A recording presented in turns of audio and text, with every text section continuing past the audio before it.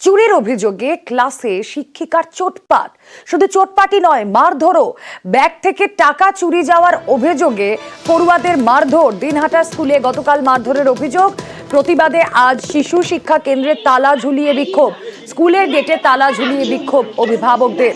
সেই ছবি দেখছেন আপনারা। গতকাল দিনহাটা স্কুলে পড়ুয়াদের মারধরের অভিযোগ, ব্যাগ থেকে টাকা চুরির অভিযোগ, শিক্ষিকার মার পড়ুয়াদের, শিক্ষিকার চোটপাট, স্কুলের তালা ঝুলিয়ে বিক্ষোভ দেখাচ্ছেন অভিভাবকরা। নিউজ 18 বাংলার এক্সক্লুসিভ ছবি আপনারা দেখছেন। শুভঙ্কর প্রতিনিধি রয়েছেন সঙ্গে, সরাসরি চলে যাই শুভঙ্করের কাছে। শুভঙ্কর, কি ঘটেছিল যে হঠাৎ শিক্ষিকা এতটা ক্ষেপে গিয়ে মারধর শুরু করলেন? তিনি তো প্যারেন্টস কল করতে পারতেন, অভিভাবকদের ডাকতে পারতেন, বলতে পারতেন যে হ্যাঁ এক্স্যাক্টলি এই হয়েছে। তা না করে তিনি নিজেই চোটপাট দেখালেন, মারধর করলেন। হ্যাঁ দেখো রুমেলা, একেবারেই এটা হচ্ছে দিনহাটা শহর সংলগ্ন উত্তর পুটিমারি গ্রামের বাণী নিকেতন শিশু শিক্ষা কেন্দ্র। গতকাল এই স্কুলের যেটা অভিযোগ, স্কুলের শিক্ষিকা বাইরে গিয়েছিলেন, সেই সময় স্কুল যে ক্লাসরুম আছে সেই ক্লাসরুমের ঘরে দেখেন যে তার ব্যাগ খোলা, ব্যাগের মধ্যে টাকা নেই, এটাই অভিযোগ। এরপরই ছাত্রছাত্রীদের প্রথমে তল্লাশি, তারপরে তাদের মারধর করা হয়। এমনকি যেটা অভিভাবকরা অভিযোগ করেছে, ছাত্রছাত্রীদের জামা কাপড় খুলে বলে মারধর করা হয়। এবং এই ঘটনার পরই ছাত্রছাত্রীরা যখন বিকেলে বাড়িতে ফেরে অভিভাবকদের জানায়, এরপর অভিভাবকদের মধ্যে ক্ষোভ ছড়িয়ে পড়ে। এরপর আজ সকাল হতেই ছাত্রছাত্রীরা সেই শিশু শিক্ষা কেন্দ্রে আসে, যদিও সেদিন শিশু শিক্ষা কেন্দ্রে সেই দিদিমণি আসেননি। এরপর ওই শিশু শিক্ষা কেন্দ্রে তালা ঝুলিয়ে দেওয়া হয়। তাদের যেটা অভিযোগ, দিদিমণি যে কাজ করেছে সেটা গর্হিত অন্যায়।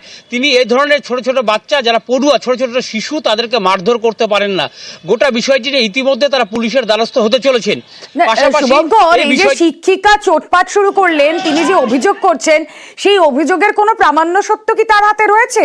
যে তার ব্যাগ থেকে টাকা নিয়েছে কেউ বা কারা, এরকম কি কোনো খোঁজ তিনি পেয়েছিলেন? তাহলে হঠাৎ মারধর করলেন কেন? দেখো গোটা বিষয়টি নিয়ে আমরা যে অভিযুক্ত শিক্ষিকা তার সঙ্গে কথা বলতে গিয়েছিলাম, তিনি কথা বলতে চাননি, ক্যামেরার সামনে আসতে চাননি, যদিও এই বিষয়টি জানা যায়নি।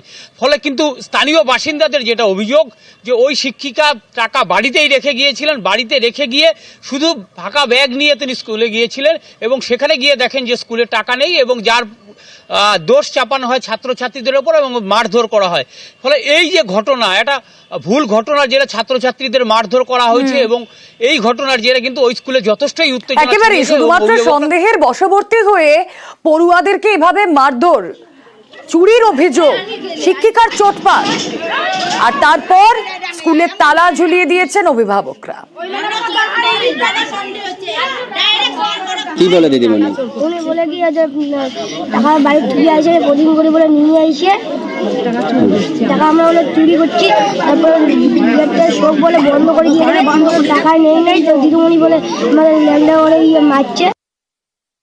দিদিমণির পয়সা হারাইছে, বাচ্চাগুলোকে সবাইকে বলছিল যে দাঁড়ান তোমরা সবাই পয়সা চোর করছেন, বাচ্চাগুলোকে এভাবে দাবি করছিল। বাচ্চাগুলো বলে কি আমরা পয়সা নেই, দিদিমণি শুনতেছে না। আর বাচ্চাগুলোকে উলঙ্গ করে বড় শ্বাস করছে, শ্বাস করিয়ে দেখাচ্ছে যে পয়সা কমেছে। এত বানো বাচ্চাগুলো কান্নাকাটি করছে, পুরো মার প্যান জামা খুলিয়ে বাচ্চাদেরকে, হ্যাঁ হাত সব কিছু ফাটাই দিচ্ছে।